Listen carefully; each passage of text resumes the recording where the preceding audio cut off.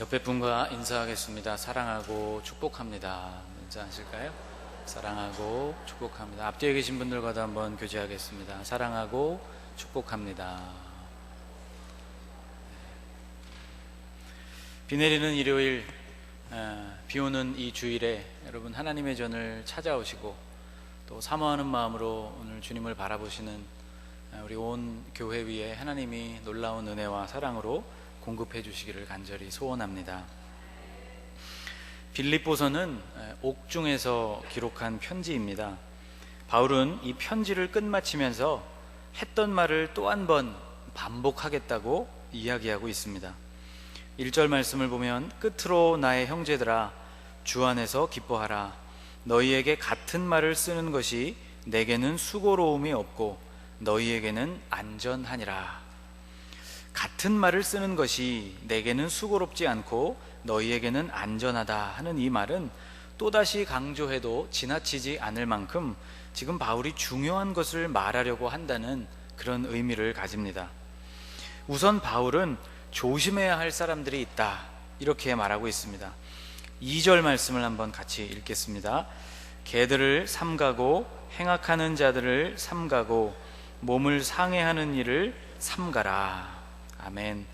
여러분, 개는 인류가 길들인 최초의 짐승으로 알려져 있습니다. 또 인간과 아주 친숙한 그런 동물이죠.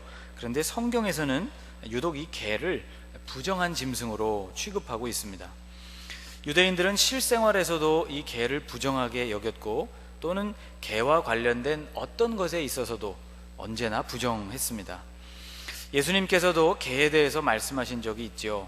마태복음 7장 6절 말씀을 보면 거룩한 것을 개에게 주지 말며 너희 진주를 돼지 앞에 던지지 말라. 그들이 그것을 발로 밟고 돌이켜 너희를 찢어 상하게 할까 염려하라고 말씀하셨습니다. 그 가치를 알지 못하는 자들에게는 아무리 좋은 것, 아무리 신령한 것을 주어도 도리어 그것을 주고 있는 사람을 해코지할 수 있다는 그런 말입니다. 예수님께서는 시로페니키아 성경에 나오는 수로보니게 바로 이것 출신의 한 여성과 대화하실 때에도 바로 개를 들어서 설명하셨습니다. 마가복음 7장 27절 말씀입니다. 예수께서 이르시되 자녀로 먼저 배불리 먹게 할지니 자녀의 떡을 취하여 개들에게 던짐이 마땅치 아니하니라. 유대인은 자녀와 같고 이방인은 개와 같다는 그런 비유입니다. 이 비유를 듣게 되면 참 극단적이고 마음에 상처를 입기 쉬운 그러한 비유이죠. 도무지 예수님께서 이런 말을 부탁하고 있는 여인에게 하셨다고 우리가 참 믿기 힘들 정도로 좀 지나친 비유처럼 보여집니다. 그러나 이 극단적인 비유는 이 여인의 믿음을 예수님께서 확인하시기 위해서 하셨던 그런 비유였습니다. 이 비유에도 어김없이 개가 등장합니다. 또 나사로의 비참한 처지를 말씀할 때에도 개가 등장합니다. 누가복음 16장 20절과 21절 말씀인데요, 같이 한번 읽어보겠습니다. 그런데 나사로라 이름하는 한 거지가 헌데투성이로 그의 대문 앞에 버려진 채 그 부자의 상에서 떨어지는 것으로 배불리려 하매 심지어 개들이 와서 그 헌데를 핥더라.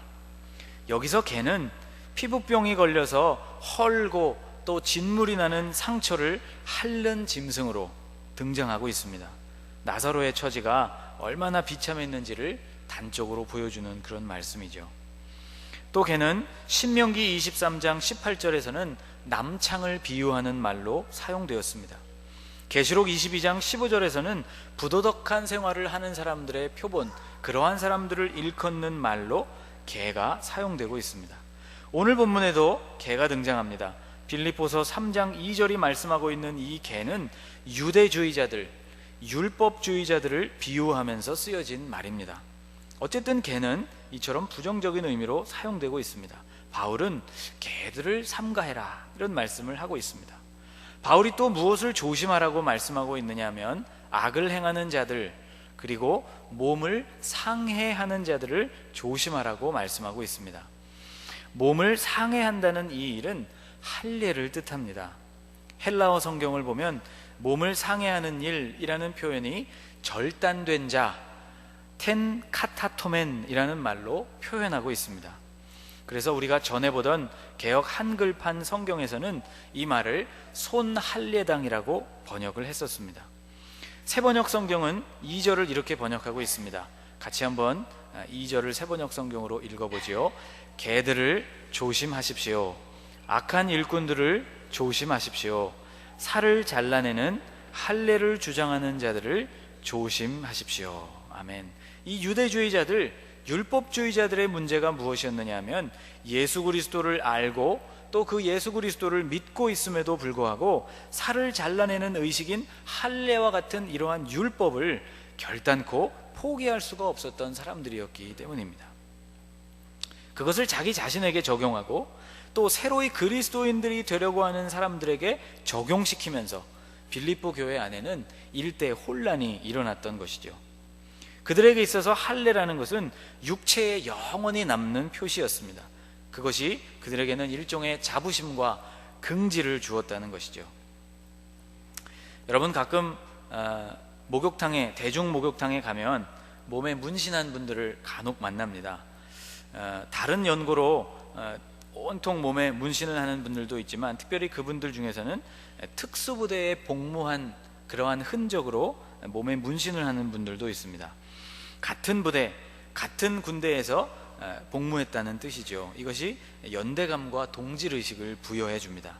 그래서 목욕탕에서 생전 처음 만난 사이라도 마치 오랜 친구 만난 것 같이 반갑게 느껴지게 하는 것이 바로 그 몸에 남겨진 문신이 하는 역할입니다. 이 빌립보에는 믿음으로 구원받는 복음을 받아들인 이후에도 여전히 할례와 같은 이 율법이 문자적인 실행이 이루어짐을 통해서 구원에 영향을 미친다고 주장하는 사람들이 있었던 것이죠. 여러분, 유대인들에게 오늘날의 할례는 여전히 자랑스러운 일이고 여전히 선택받은 백성이라는 표시로 행해지고 있는 그러한 표입니다. 그들은 이러한 율법적인 전통을 자랑스러워했고 개종하는 이방인들에게도 그것을 강요하려고 했습니다. 그런데 여러분, 이것은 그리스도 예수 안에서 볼 때에는 그렇게 자랑할 만한 일이 아니라는 것이죠. 참된 할례자는 율법이나 할례와 같은 그러한 규범에, 그러한 규례에 주목하는 사람이 아니고 오늘 본문에 의하면 예수 그리스도께 집중하는 사람이라고 바울은 설명하고 있습니다. 3절 말씀을 한번 같이 읽겠습니다. 하나님의 성령으로 봉사하며 그리스도 예수로 자랑하고 육체를 신뢰하지 아니하는 우리가 곧 할례파라. 아멘. 참 할례파란 누구인가? 육체에 새겨진 흔적이나 육체로 하고 있는 행위를 의지하고 자랑하는 사람이 아니라 오직 예수 그리스도를 의지하고 예수 그리스도를 자랑하는 사람이라는 말인 것이죠. 바울은 로마에도 편지를 보내면서 똑같은 내용을 강조했습니다. 로마서 2장 29절 말씀, 오직 이면적 유대인이 유대인이며 할례는 마음에 할지니 영에 있고 율법 조문에 있지 아니한 것이라. 그 칭찬이 사람에게서가 아니요 다만 하나님에게서니라. 참된 할례는 표면적인 육체에 이루어지는 것이 아니라 이면 곧 우리의 마음에 이루어져야 하는 것임을 말씀하고 있는 것이죠. 바울은 그래서 예수 그리스도를 경험하고 난 이후에 그가 육체로 자랑할 수 있는 것들, 그가 유대교의 전통 안에서 자랑 삼을 수 있을 만한 그 모든 것들을 한낱 쓰레기로 버리는 이러한 놀라운 경험을 하게 됩니다. 여러분, 바울도 육체적인 배경을 가진 사람이었습니다. 그것도 근사한 배경을 가지고 있었던 사람입니다. 당시로서는 이러한 바울이 가진 배경이 그에게 유익했던 것이 틀림없습니다. 바울은 그러나 말하기를 구원이 율법, 곧 육체의 자랑거리들을 통해서 이루어지는 것이라면 나도 부족함이 없는 사람일 것이라고 4절부터 6절까지 말씀하고 있습니다. 4절부터 6절까지의 말씀은 그가 가지고 있는 육체적인 배경, 율법적인 배경, 사람들 앞에서 드러내낼 만한 그러한 배경을 설명해 줍니다. 그는 8일 만에 할례를 받았다고 말합니다. 정통 유대 율법을 준수하는 그런 가문에서 출생했음을 말하는 것이죠. 이스라엘 족속이라고 말합니다. 이방 출신으로서 유대교에 그렇게 입문해진 사람이 아니고 본래부터 태어날 때부터 이스라엘 사람이었음을 말하고 있는 것입니다. 베냐민 지파였다고 이야기하죠. 베냐민 지파는 이스라엘 초대 왕이었던 사울을 배출한 지파입니다. 에스더와 모르드게의 지파이기도 합니다. 또 분열 왕국 시에 다윗 왕조에게 신실하게 충성했던 지파이기도 합니다. 바벨론 포로기로 가보면 성전 건축을 위해서 예루살렘으로 귀환했던 지파입니다. 그들의 모든 생업과 모든 삶의 기반이 바로 영 다른 나라에 있었음에도 불구하고 그것을 다 포기하고 하나님의 성전을 건축하기 위해서 예루살렘을 다시 찾아왔던 지파, 바로 이러한 지파가 베냐민 지파였습니다. 그는 히브리인 중에 히브리인이라고 스스로 말합니다. 아브라함의 씨로부터 온 이방인의 피가 전혀 섞이지 않은 순수한 혈통임을 밝히고 있는 것이죠. 히브리 말과 히브리 관습 아래에서 자라난 그러한 사람이라는 것을 자랑하고 있는 것입니다. 그는 바리새인이라고 말합니다. 바리새파는 엄격한 유대 종파의 하나였습니다. 그의 스승이었던 가말리엘이라는 사람은 당시에 가장 존경받는 랍비 중 하나였습니다. 바울은 또 열심도 있었다고 이야기하죠. 이단자로 알았던 예수의 추종자들을 핍박하는 일에 참 적극적인 믿음을 보였던 사람이 바울입니다. 율법의 의로도 흠이 없는 사람이라고 말합니다. 철저하게 오늘 그날까지 율법을 지키며 살아왔던 사람이라는 뜻이죠. 여러분, 이 정도가 되면 유대인으로서는 최고의 존경과 인정을 받을 만한 그러한 사람이라는 뜻입니다. 그런데도 바울은 예수님을 경험하고 예수님을 만난 이후에는 이러한 배경이나 이러한 육체의 자랑거리가 전혀 쓸모가 없어졌다고 고백하고 있습니다.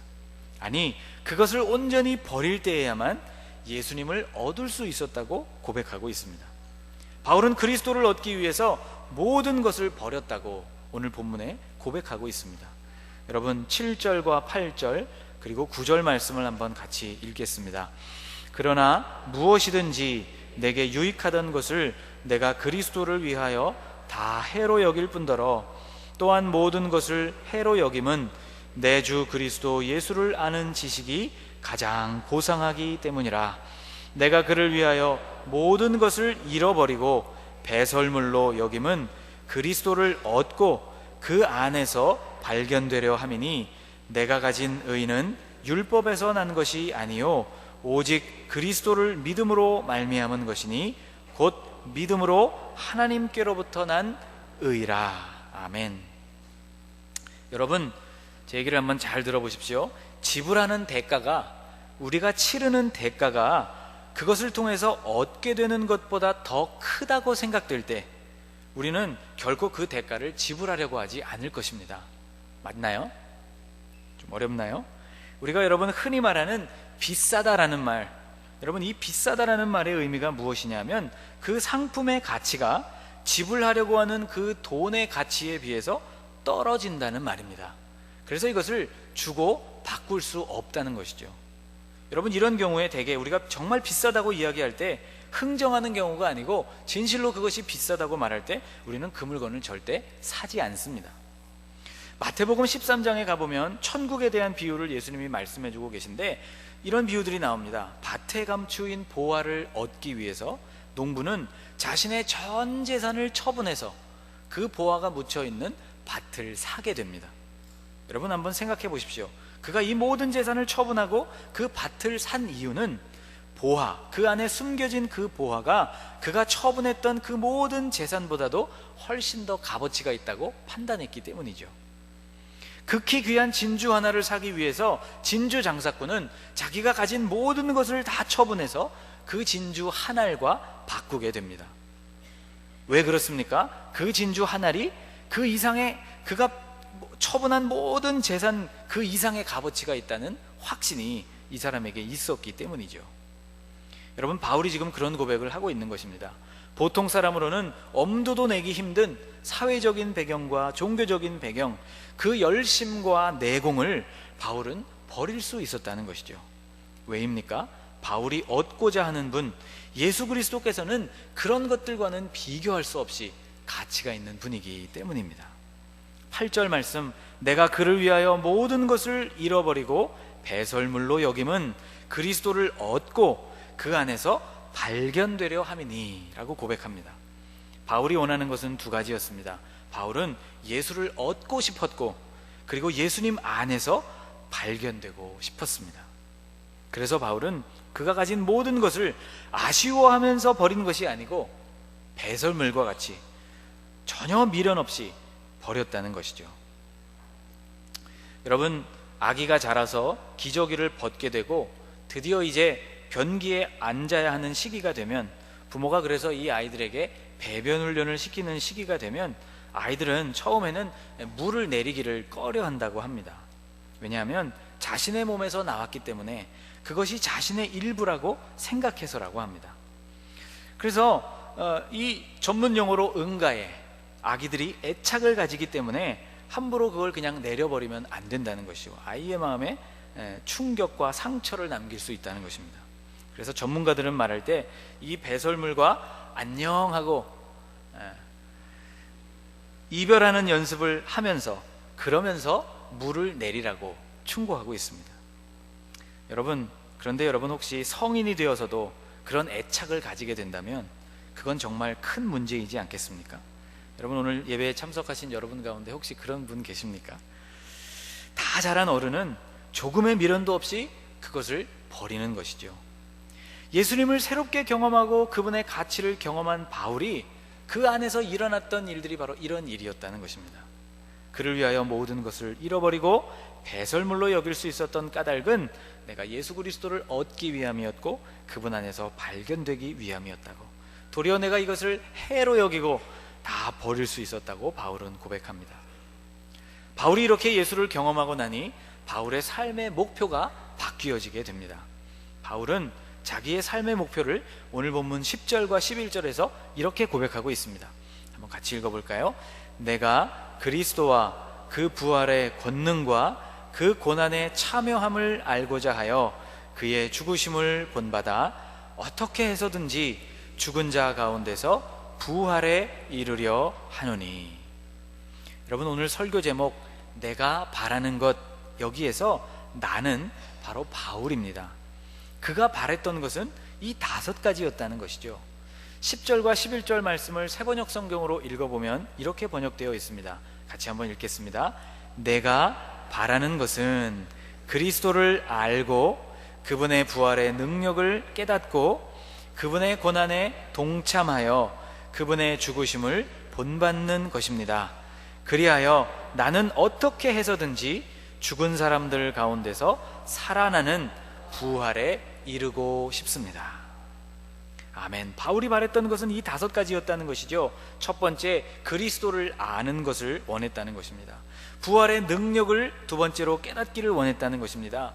주님의 고난에 어떻게 해서든지 동참하기를 원했다는 것이죠. 주님의 죽으심까지 본받기를 원했다는 것입니다. 그리고 죽은 자들 가운데에서 예수님과 같이 부활하는 일, 이것이 그가 바라는 소원이었다는 것입니다. 여러분, 이 5가지는 실은 한 가지와 같습니다. 그는 예수님처럼 살고 싶었던 것입니다.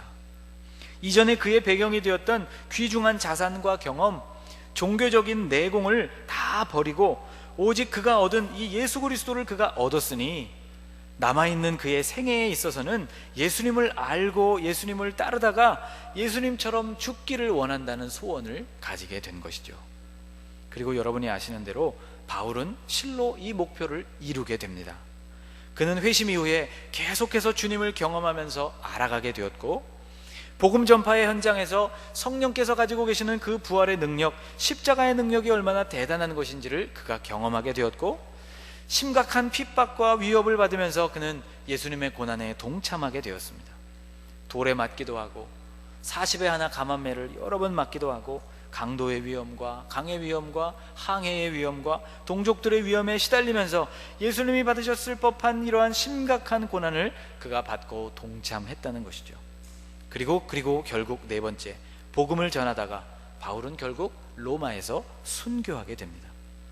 이제 주님이 오시는 그날 바울은 영광스러운 몸으로 그의 5번째 소원을 성취하게 될 것입니다. 사랑하는 여러분, 저는 저와 여러분을 포함해서 여러분에게 이렇게 묻고 싶습니다. 여러분이 진실로 바라는 것은 무엇입니까? 행복한 삶입니까? 부요한 삶인가요? 남부럽지 않게 사는 삶입니까? 성공을 이룬 그러한 삶인가요? 여러분은 지금 예수 그리스도를 얻기 위해서 우리가 가지고 있는 이 모든 것들을 배설물과 같이 버릴 수 있으시겠느냐고 저는 묻고 싶습니다. 여러분, 예수님의 가치에 대한 분명한 확신이 있다면 우리는 충분히 그럴 수가 있을 것입니다. 여러분, 그렇게 사실 수 있기를 주님의 이름으로 축복합니다. 우리는 오늘 주일은 어떻게든 내 삶 가운데 지키고 있으니, 어떻게든 주일은 빼먹지 않고 하나님 앞에 지키고 있으니 괜찮다는, 여러분, 그런 수준의 삶에 우리가 머물러서는 안 될 것입니다. 우리는 여기에 멈추어서는 안 됩니다. 오늘 사도 바울은 우리에게 이렇게 충고하고 있습니다. 13절과 14절 말씀을 같이 한번 읽겠습니다. 형제들아, 나는 아직 내가 잡은 줄로 여기지 아니하고 오직 한 일, 즉 뒤에 있는 것은 잊어버리고 앞에 있는 것을 잡으려고 표대를 향하여 그리스도 예수 안에서 하나님이 위에서 부르신 부름의 상을 위하여 달려가노라. 아멘. 여러분, 우리는 이 사도 바울의 충고를 따라서 계속 앞으로 달려가야 할 줄로 믿습니다. 바울과 같은 이러한 바람을 가지고 여러분 앞으로 달려가시는 성도들이 되시기를 주님의 이름으로 축복합니다. 예배 인도자인 스캇 브레너라는 분이 있습니다. 이분이 한 찬양시를 썼는데 그 제목이 This is my desire라는 곡입니다. 나의 갈망은 이라는 곡으로 번역이 되었습니다. 바울이 고백하고 있는 심정과 참 비슷한 고백이라는 생각이 들어서 오늘 여러분에게 이 시를 소개해 드릴까 합니다. 나의 갈망은 주께서 날 알듯 나도 주님을 온전히 아는 것. 나의 갈망은 주 날 사랑하듯 나도 주님을 사랑하는 것. 나의 갈망은 내 모든 삶을 사랑의 제사로 주께 드리는 것. 내 사랑 주의 기쁨이 되리. 주의 사랑의 빛을 비추리. 주 얼굴 보게 하소서. 주 더욱 알게 하소서. 주님의 눈에 비춰진 아름다움 보리. 주 모든 것 주셨으니 주 형상 담기 위하여 나의 모든 것을 주님께 드립니다. 여러분, 오늘 바울과 같은 이러한 고백으로 여러분과 제가 살아갈 수 있게 되기를 간절히 소원합니다. 이 시간 말씀을 마치면서 우리가 합심하며 한번 기도하기를 원합니다. 이렇게 기도했으면 좋겠습니다. 하나님, 내가 바라고 소원하는 것이 오늘 바울과 같은 소원이 되기를 원합니다. 주님을 알고 주님의 부활의 능력을 체험하고 주님의 고난에도 동참하고 주님의 죽으심에게까지 하나님 내가 나아갈 수 있다면 그렇게 되기를 원합니다. 하나님, 내가 주님의 부활에 동참하고 죽음으로부터 다시 살아나는 이 위대한 일들을 하나님 이루며 경험하는 하나님의 사람이 되게 하여 주옵소서. 하나님, 내가 주님을 알게 하여 주시고 주님을 따르게 하여 주옵소서. 하나님, 나에게 이러한 결단으로 계속해서 내 삶을 살아가고 앞으로 전진해 갈 수 있는 그런 하나님 삶을 허락하여 주옵소서. 우리 그러한 마음으로 함께 기도하십시다. 살아계신 하나님 아버지, 오늘 사도 바울의 고백을 통하여 특별히 그가 감옥에 갇혀 있으면서 여전히 빌립보 교인들을 향하여 당부하고 있는 하나님, 이 당부를 통하여서 오늘 우리에게 하나님 도전하여 주시니 하나님 감사합니다. 하나님, 오늘 우리가 주님 앞에서 가지고 있는 소원, 우리의 마음을 하나님 움직이는 소원이 하나님, 내가 주님을 더 깊이 아는 것이 되기를 소원합니다. 주님의 부활의 능력이 어떠함을 우리로 삶으로 하나님 경험하는 것이 되기를 원합니다.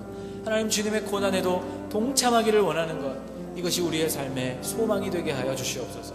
하나님, 우리가 주님의 죽으심까지 본받을 수 있는 사람이 될 수 있다면 하나님, 이것보다 우리에게 더 큰 영광이 어디에 있겠습니까? 하나님, 우리가 주님과 함께 죽고 주님이 부활하신 것처럼 다시 살아나는 이 영광스러운 자리에까지 하나님 이룰 수 있도록 하나님, 오늘 우리의 삶의 소원을 점검하게 하여 주시고 오늘 바울과 같이 이 목표를 향하여서 표대를 향하여 달려갈 수 있는 하나님의 사람으로 하나님, 오늘 우리가 살아가게 하여 주시옵소서.